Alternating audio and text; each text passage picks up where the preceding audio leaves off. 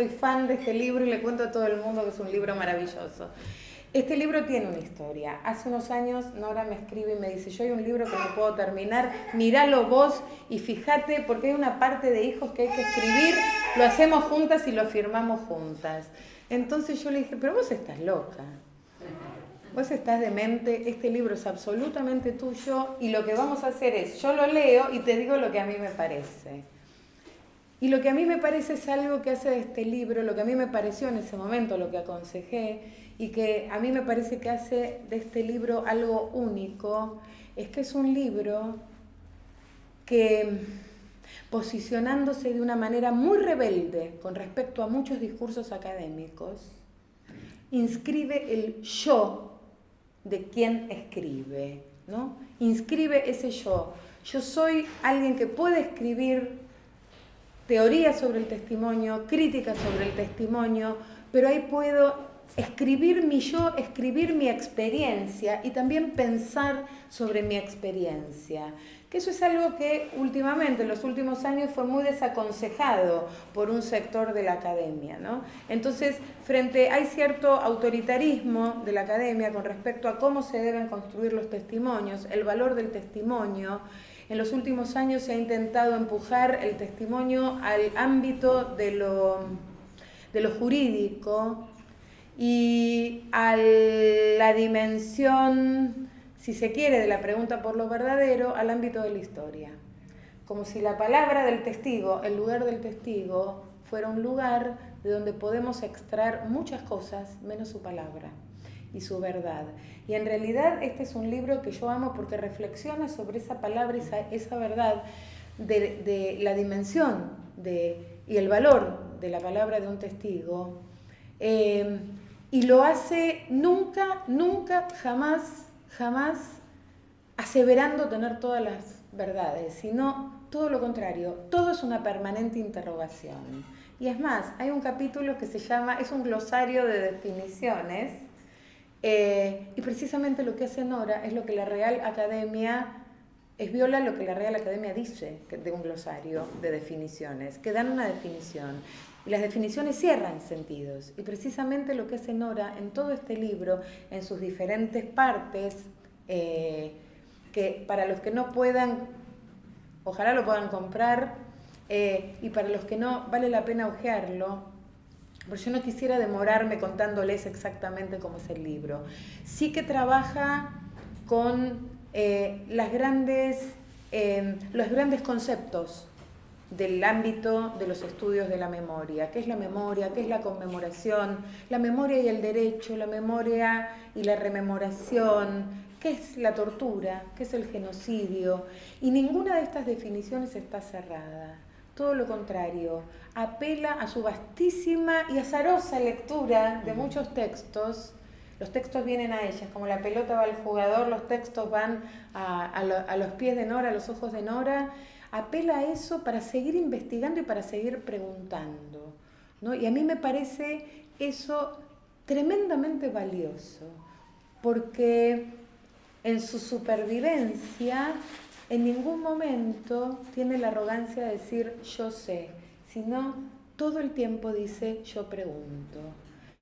Hay un público que más bien tiene que ver con los espacios de memoria, con la palabra del testigo que se conoce en los juicios, que muchos de los que yo conozco vienen de esta zona. En la academia, donde yo me formé, digamos, en Canadá estudié literatura, acá estudié filosofía, se produjo a través de un libro que publicó Beatriz Arlo, un debate. Ella, para ponerlo en criollo, nos pone por el suelo, minimiza lo que pueda aportar la palabra del testigo. Dice, bueno, la visión distanciada de la sociología, de una ciencia social, de la historia, pueden dar cuenta de ese proceso más que la visión subjetiva de esta gente que sí sobrevivió, pero ¿por qué le vamos a dar más autoridad? Por el hecho de que hayan pasado por esa experiencia. Y lo vincula al giro subjetivo que ha dado nuestra época y lo cuestiona en esa medida. Bueno, a mí me pareció que eso tenía que eso no me convencía y tenía que ser debatido, porque no solo lo dijo Sarlo, sino que hubo mucha gente después que lo difunde y que agarra un texto como el de Alicia Parnoy, que es una escritora de un testimonio muy hermoso que se llama La Escuelita, que es muy poético, de lo que pasó en Bahía Blanca en la época en que ella fue secuestrada de muy joven.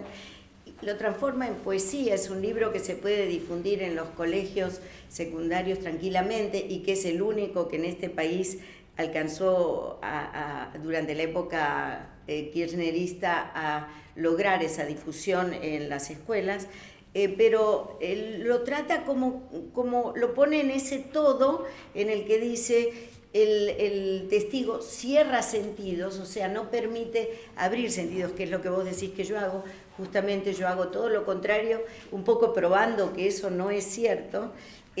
No tiene trabajo literario, este ejemplo que les di sin citarme a mí misma, pero el mío también es un objeto literario, Una sola muerte numerosa, hay muchos otros. O sea, se difunde, se repite una cosa cristalizada que no da cuenta de lo que el testigo ha hecho. Entonces, el libro si bien tomo en algunos capítulos el tema de los juicios, de los que quiero hablar y demás, nació por esta cuestión de defender al testimonio, y no me importa si es un género literario o no, defender al lugar del testigo como palabra no solo válida, sino como la palabra matricial, el que puede realmente contar desde el punto de vista de los muertos, los que no están. Nosotros estuvimos, en el caso de los campos de concentración, junto a nuestros compañeros. No son fantasmas para nosotros, era una vida la que se llevaba a cabo ahí dentro. Entonces vienen otros y lo novelizan y se hacen famosos con novelas que hablan despectivamente de esos sujetos que resistieron, que se consolaron, que si cayeron a veces volvieron a intentar resistir. Hay un mundo ahí adentro que se lo simplifica con cosas que venden bien, que es la traición, la supuesta formar pareja con los represores, que ahora por suerte se usa otro lenguaje, en fin, una serie de cosas que aparecen en la literatura y que no hacen más que alimentar esos lugares comunes de los cuales nuestra sociedad tiene que salir. Nosotros tenemos que hacer que salgan de eso, no que se siga repitiendo. Entonces, ese fue el origen de mi libro, que después se ramificó por todo lo que Liria fue diciendo. O sea, hice esa especie de léxico, de glosario, que es lo contrario de un glosario, porque quería poner en debate todo lo que estamos diciendo, porque constantemente nos estamos contradiciendo, constantemente estamos pensando cosas nuevas. Y en el campo de los juicios, lo saben muy bien muchos que están aquí, constantemente eso fue cambiando. Al principio era prácticamente un interrogatorio, el testigo estaba de espaldas a la audiencia, tenía que responder en los años 80 a todas esas preguntas que sí lo podían volver a traumatizar por la similitud con el interrogatorio bajo tortura, y que sin embargo los sobrevivientes fueron con mucho valor en épocas en que arriesgaban la vida al hacer eso, y después también la arriesgaban. Bueno, todo eso fue transformándose en un espacio en el cual el testigo puede dar un relato. Se amplió la escucha en nuestro país muchísimo, y eso fue gracias a todo el trabajo que se hizo a lo largo de todos estos años, del que podemos después hablar.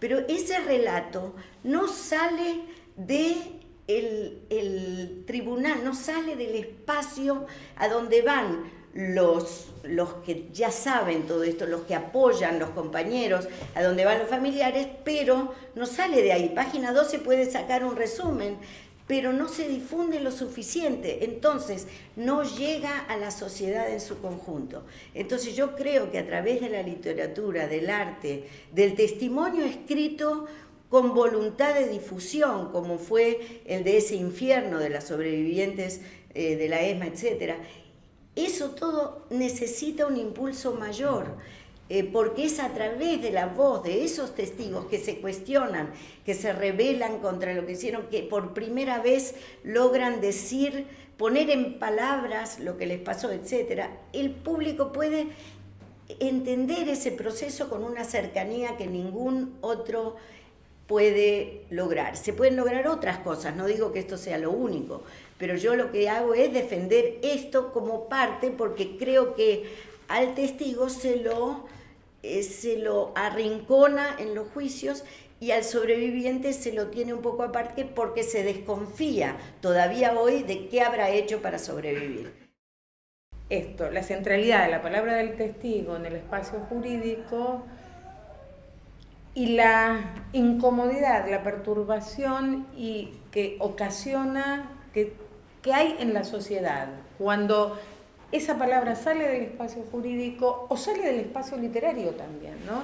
Esta sensación, ¿no?, de que ¿qué es lo perturbador? Aquello que no termina de permitir que la sociedad, y que, digamos, vos me lo comentaste, pero también está presente en muchísimos otros textos. A Semprún le llevó 50 años que lo escucharan, digamos, ¿no? Hay este tipo de textos, pero esta incomodidad enorme que es lo que va marcando mucho de lo que conversamos, pero también este libro, ¿no? Eso. Bueno, yo creo que nadie quiere vincularse al horror y nosotros llevamos puestos como un traje, es sobreviviente, vino de ahí, es una cuestión fantasmal que nos acosa a todo. En este barrio mismo hay, no solo este es un centro de detención y tortura, sino que hay otros cerca. Ustedes que viven acá. Orleti. El Corralón. Son 3, ¿no?, que están en la vecindad. Todos los vecinos habrán oído, habrán notado, habrán vivido cerca de eso. De repente sale una persona de ahí, está contaminada de ese horror. ¿Quién va a querer hablar de eso? Es muy difícil. Los sobrevivientes tienen esa sospecha. A ver, ¿por qué te largaron? ¿Qué pasó? ¿Qué hiciste? ¿Por qué te largaron? Y no creo que en todos estos años, a pesar de todo el trabajo que se hizo acá y de lo importante que fue la palabra del testigo en los juicios y cómo su palabra se legitimó a través de los castigos a los responsables de los crímenes de lesa humanidad, creo que todavía eso no se logra despojar del todo. Y yo conozco incluso exmilitantes que no quieren leer ciertos libros escritos por sobrevivientes porque desconfían. Una sola muerte numerosa, como dije, yo también hago una entrada literaria a eso, y recojo las voces de mucha gente que yo tomé. Yo volví en Democracia a la Argentina y además de contar mi experiencia, tomé voces de otros que no necesariamente habían sido sobrevivientes de la tortura, porque yo creo que todos somos sobrevivientes de lo que pasó. Hay que sacarlo de los afectados directos, hay que sacarlo de ahí. Todos somos afectados por la dictadura. Llegó Nora Cortiñas. Hola. Hola. No. Ahí tenés una sillita que te está esperando. Yo vine para no hablar. Lo siento mucho. Me contabas antes de venir que vos pediste que se incorporara una sola muerte numerosa como texto, porque el de Alicia está incorporado como texto en las escuelas. Sí. El de Alicia tiene una cosa muy poética, pero luego sí, al final tiene un anexo muy fuertemente testimonial en el sentido más jurídico. Estos son los nombres de los perpetradores. Ahora, vos pediste que una sola muerte numerosa se incorporara y te dijeron que no. ¿Por qué? Porque querían textos más distanciados, justamente lo que dice Sarlo. Querían textos donde el discurso histórico, que no sea emotivo, que sea más reflexivo, como si la escritura narrativa no fuera reflexiva. La gente no entiende que la narrativa piensa y la emoción también piensa. El pensamiento no es una cosa fría y racional separada de las emociones como pensábamos en los siglos pasados.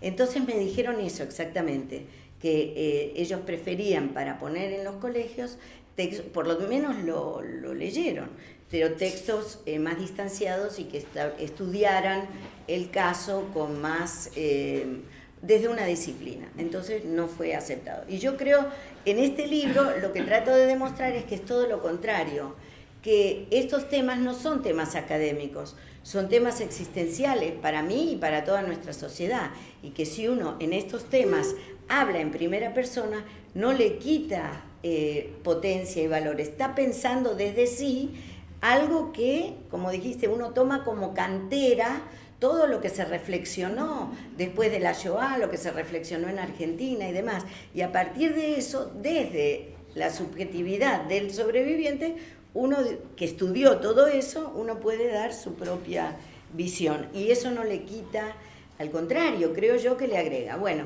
entonces, en el tema de qué papel tienen estas escrituras, espero que en esta etapa se pueda lograr, no digo que el dolor venda mucho, y todos estos libros tienen una gran cuota de dolor, pero creo que se podrían difundir más, porque además, tanto el de Alicia Pernod como el mío tienen humor, porque en los campos, y esto lo puedo decir yo, corría el humor, por negro que fuera, o sea, éramos jóvenes, si podíamos comunicarnos con otro, teníamos que reírnos un poco, teníamos que conformarnos, que decir una palabra. Había uno que pasaba por el pasillo donde yo estaba, que eran celdas aisladas, y silbaba tangos cuando venía, y hacía bromas, y eso circulaba en los campos, y nadie habla de eso, porque nadie que no sea un sobreviviente se va a atrever a hablar de eso. Bueno, nosotros lo podemos decir. Trabajas muchísimo en este libro, un poco más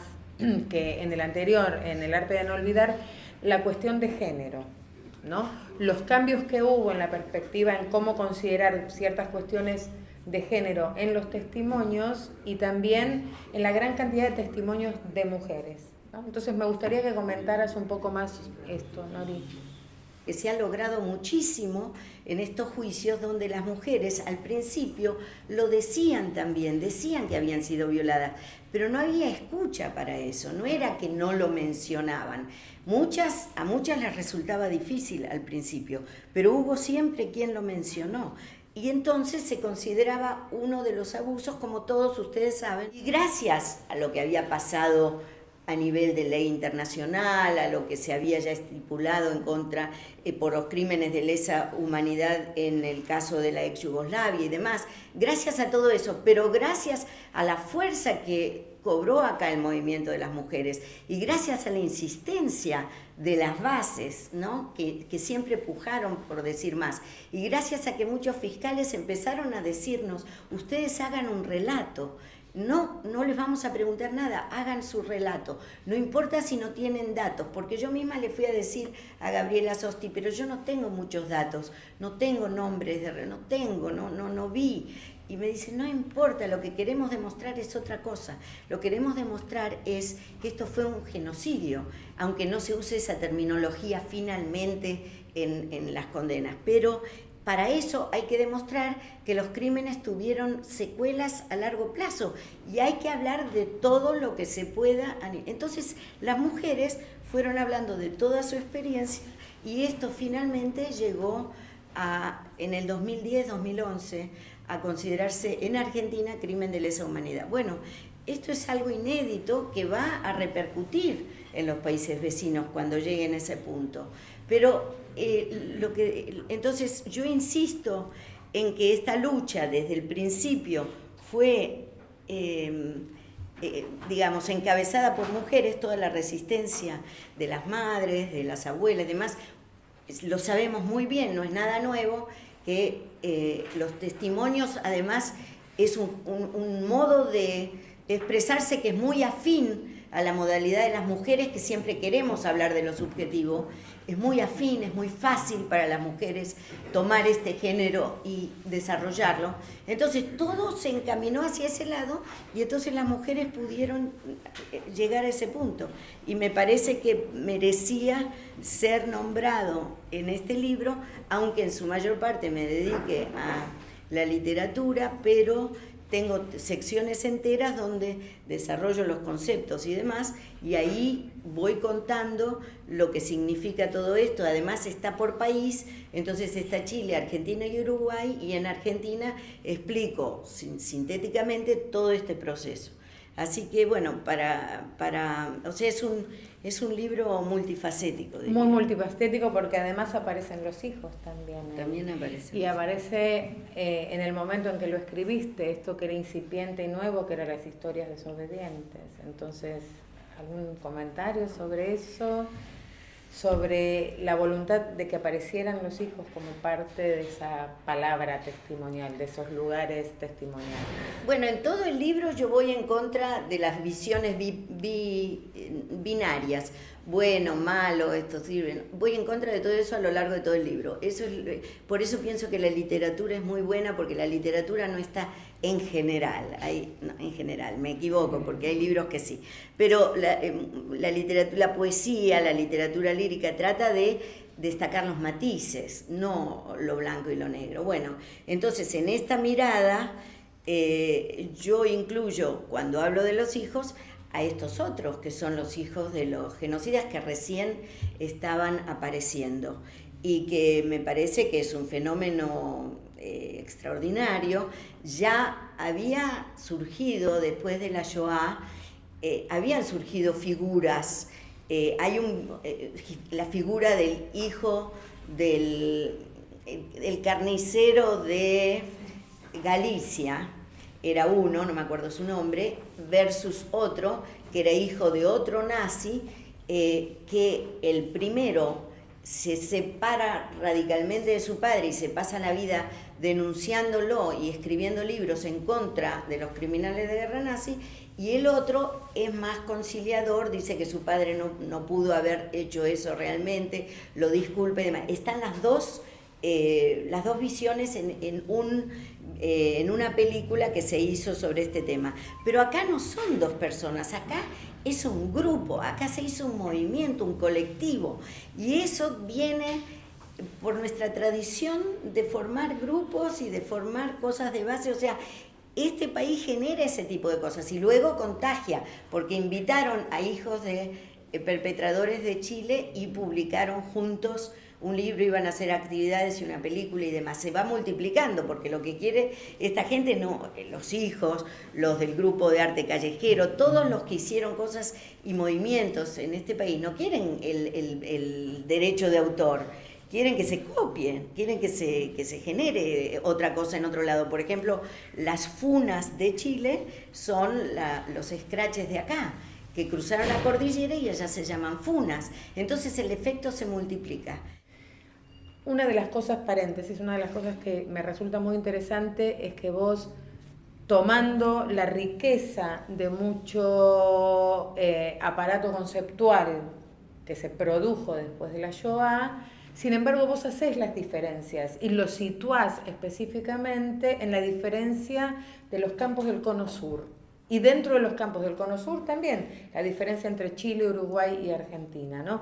Que esa teoría no viene críticamente a ser aplicada acá, sino que precisamente por las características de este Estado terrorista genocida, bueno, hay ciertas variantes, ¿no? Pero una de las cosas que vos hablás claramente acá y que lo hemos charlado miles de veces, porque creo que es la preocupación de muchos, y ha sido sobre todo estos últimos 4 años la preocupación de muchísimos, es de qué modo esa experiencia, ese experimento sobre la condición humana que se realizó en los campos, fue diseñando una biopolítica, digamos, que se replica y que es un entramado del presente de esto, ¿no? Porque uno habla de todo esto porque habita un presente, digamos, es el presente el que de manera urgente nos pone en el pasado, nos pone tras huellas, rastros, palabras, para poder pensar algo que por lo menos nos aterra bastante,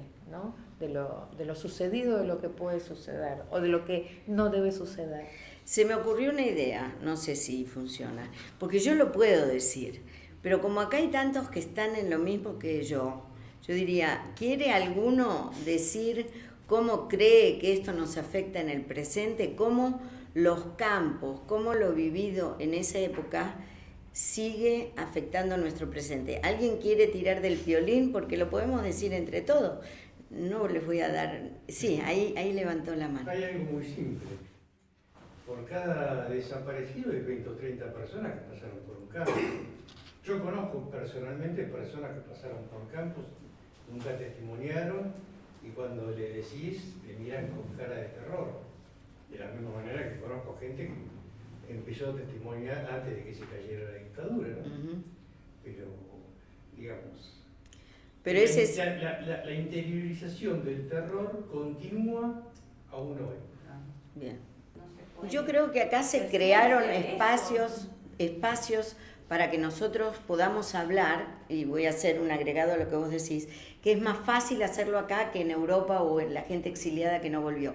Por ejemplo, en el ex campo de concentración, Club Atlético, del que Ricardo forma parte de la comisión, no sé cómo se llama. Equipo de trabajo, se empezaron a organizar eventos al principio, en los años 90, donde convocaban al barrio y convocaban a sobrevivientes para que se rememorara y que cada uno participara con lo que pudiera aportar. A mí eso me significó muchísimo y me acuerdo, y siempre lo digo, que el libro Una sola muerte numerosa tenía otro final y que cuando estuve ahí y me llamaron y yo leí frente a la comunidad que se había formado en ese momento, pero a gente empática, gente que quería escuchar, leí la primera página de Una sola muerte numerosa, que es la versión poética del allanamiento y el secuestro mío. Eso fue tan fuerte porque quería decir que estamos resistiendo. Yo estaba viva leyendo eso en el lugar donde me tendrían que haber matado y estaba leyendo algo artístico que escribí sobre eso en ese lugar frente a ese público.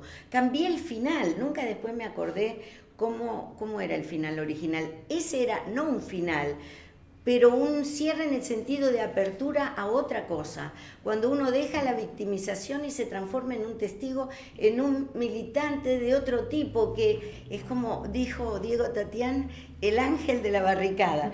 Volvés ya no con el ángel que mira hacia atrás, el de Benjamin que ve las ruinas cayendo una tras otra, sino con otra energía de decir, todavía tenemos esta energía que quisieron borrar absolutamente del planeta, no lo pudieron hacer y estamos resistiendo. Es la palabra contada en esos espacios que la favorecen es una forma de resistencia increíble. Entonces yo creo que en este país, aunque todavía sigue ese silencio, se crearon espacios de resistencia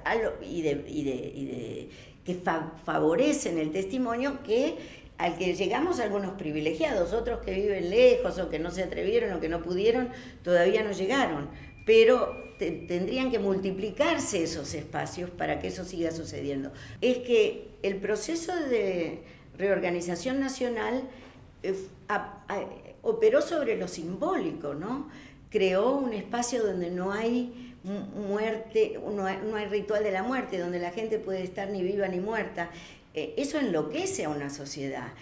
Ellos quisieron hacer una revolución cultural, creo yo. O sea, eso no solo murió, sino que nunca existió.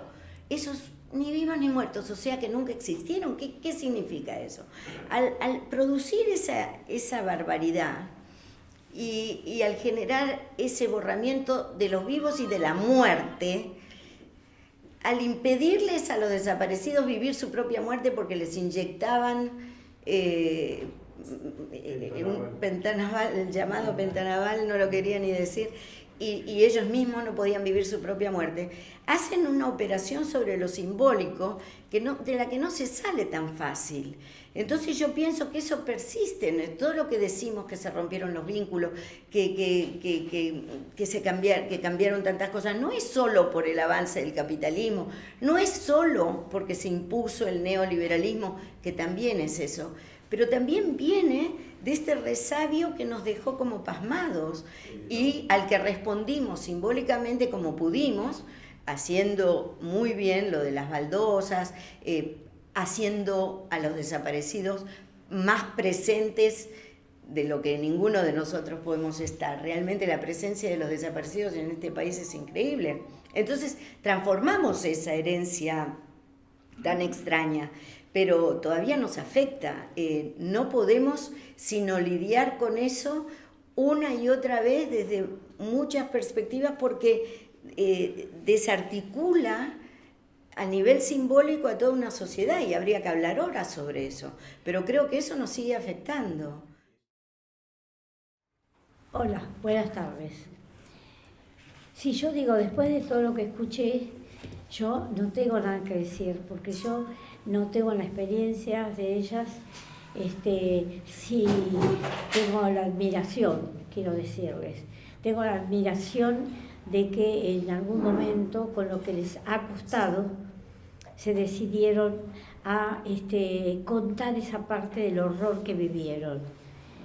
Y hace años que de a poco las madres, que también fuimos curiosas de saber qué vivieron, era una curiosidad. Cuando salía una mujer o varón y venían a ver a las madres, le mirábamos la cara, los ojos, la boca. Queríamos saber qué tenían, qué pasaron. Fueron tan éticas y tan amorosas, y amorosos los varones, que no nos decían lo que habían pasado, porque la imaginación nuestra llegaba a un límite, y con eso sobrevivíamos de algo que no habíamos pasado, como habían pasado los que estuvieron cautivos. Entonces, esa etapa que pasamos ahí era también la incógnita. ¿Qué pasó ahí adentro de los campos? Ahora, cuando pasaron los años, yo al menos estoy agradecida, de cualquier manera, de que tenían ese cuidado, porque hubiera sido insoportable haber sabido ese horror. Y hubiera sido insoportable.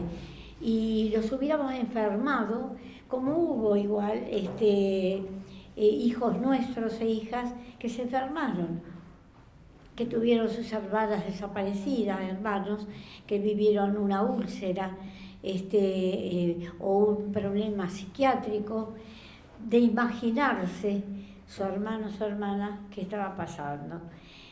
Nosotras que alguna vez dijimos, cada una lo vivió, y si salimos a la calle a gritar y reclamar y los torturan más,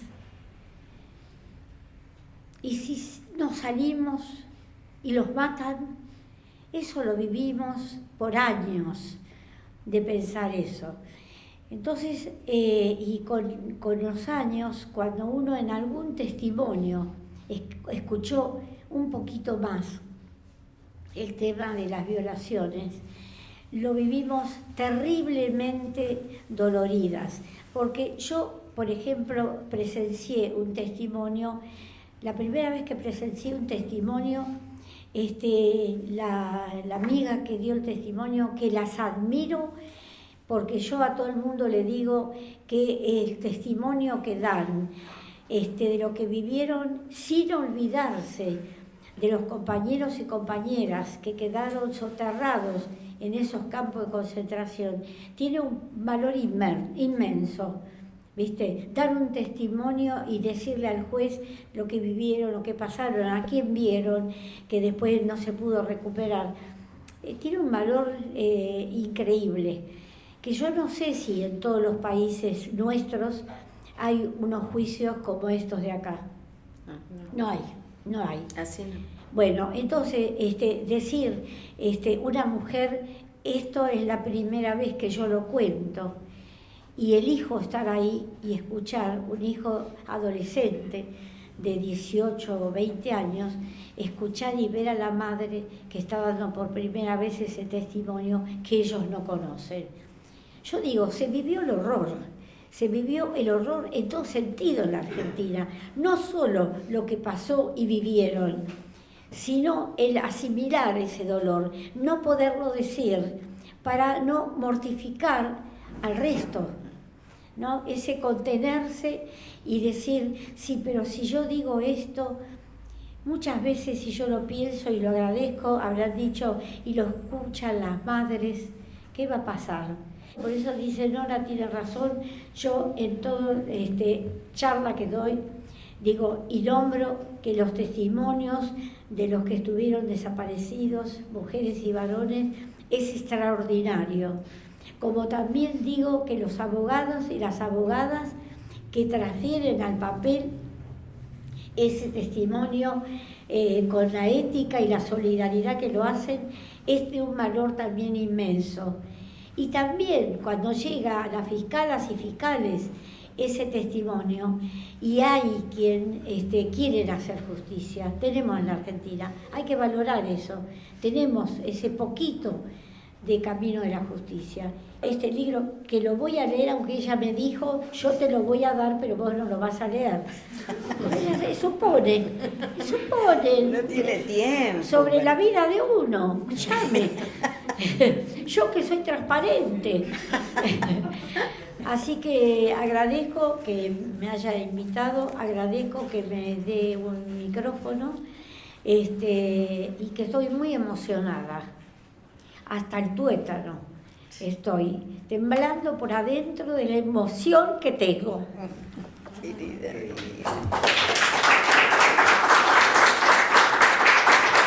Gracias a los amigos que lo trajeron. Bueno. Bueno, no se vayan, no se vayan. 30.000 detenidas y detenidos desaparecidos. Presente. 30.000 detenidas y detenidos desaparecidos. Presente. 30.000 detenidas y detenidos desaparecidos. Presente. Ahora y siempre. Ahora y siempre. Ahora y siempre. Y hasta la victoria siempre. Y venceremos.